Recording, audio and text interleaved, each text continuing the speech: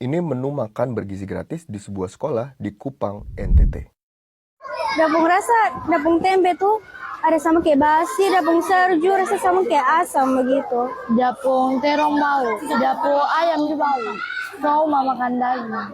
Makan seperti kayak rasa hambar terus sama basi. Rasa semuanya basi setiap hari itu. Kejadian menu MBG yang terasa basi ini bukan hanya sehari, tapi terjadi selama seminggu terakhir di SD tersebut, kata pihak sekolah. Sebagian besar makanan harus dibuang karena basi. Ada yang habis dan ada yang tidak habis. Dan ada yang tidak sentuh sama sekali. Sejumlah orang tua di SD itu melaporkan anaknya sakit perut setelah menyantap MBG. Bahkan, anak-anak trauma melihat makanan yang disajikan setiap hari. Di Waingapu, Sumba Timur, belasan anak diduga keracunan dan sempat mendapatkan penanganan medis pada 17 Februari lalu. Pihak sekolah bilang begini. Karena mereka pusing, mual, sama rasa sakit perut yang katanya kayak menikam di perut itu, sehingga dokter memang sampai melakukan tindakan karena sakit kepalanya terlalu berlebihan. Menurut dokter, ya dokter membantu dengan oksigen. Pada hari pertama pelaksanaan MBG, 15 siswa mengaku sakit setelah menyantap mie, telur, dan tempe yang menurut pengakuan orang tua siswa dalam keadaan basi. Kalau misalnya anak-anak kami berangkat dengan sehat, karena program pemerintah mereka makan di sekolah, tiba-tiba mereka pulang sakit. Ya hati orang tua manalah yang tidak sakit kalau seperti itu, pasti kecewa juga. Penyedia jasa MBG mengaku makanan yang disajikan sudah melalui konsultasi dengan ahli gizi. Kita pun orang ini kan ternyata tidak terbiasa dengan makanan yang dipakai dengan keju dan susu. Makanya dia seperti itu, mereka minta itu karena tidak terbiasa saja. Karena ada juga yang tidak suka makan telur dan ada yang alergi. Namun menurut pengakuan orang tua siswa, hari itu tidak ada menu susu dan keju. Di sekolah lainnya, masih di Waingapu, 2 hari setelah kasus itu, pihak sekolah menemukan daging ayam dalam keadaan belum matang dalam menu MBG seperti ini. Ini anak-anak makan tidak bisa makan lagi. Kasus serupa terjadi pada 16 Januari lalu di sebuah SD di Sukoharjo, Jawa Tengah. Dari 200 siswa, terdapat 10 siswa yang keracunan.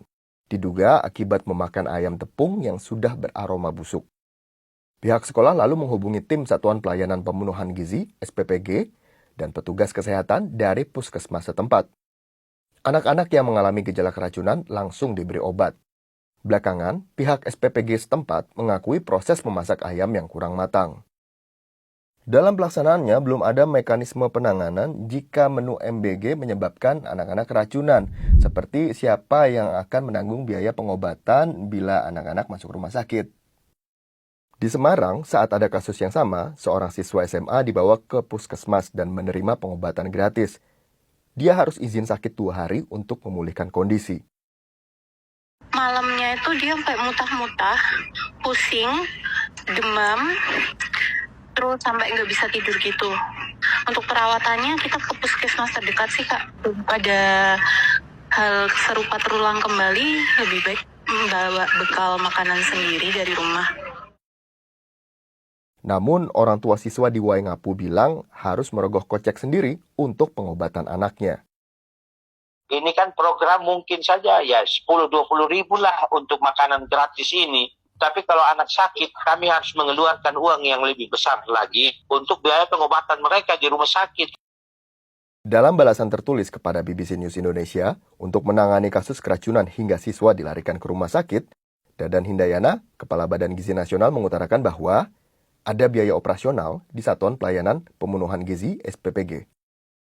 Namun, belum ada detail yang menjelaskan bagaimana orang tua bisa mengeklaim biaya yang ditimbulkan untuk pengobatan anak mereka kepada pemerintah.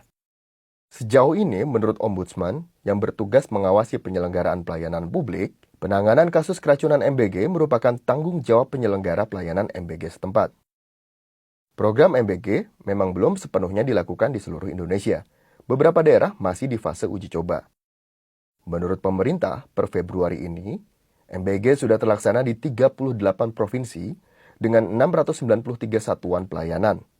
Diperkirakan pada pekan ini MBG sudah diterima lebih dari 2 juta siswa.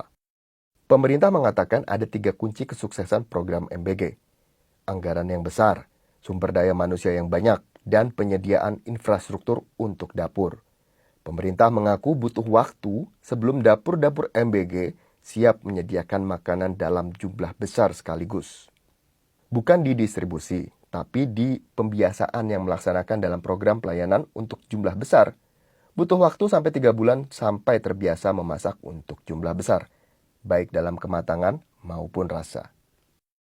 Program pemerintah pusat ini baik untuk kesehatan bagi anak. Tetapi kalau kejadian macam begini, ini bukan bergizi lagi ini. Sehingga sebagai orang tua tentu kami khawatir. Berita-berita lain tentang makan bergizi gratis dapat Anda baca di laman BBC News Indonesia.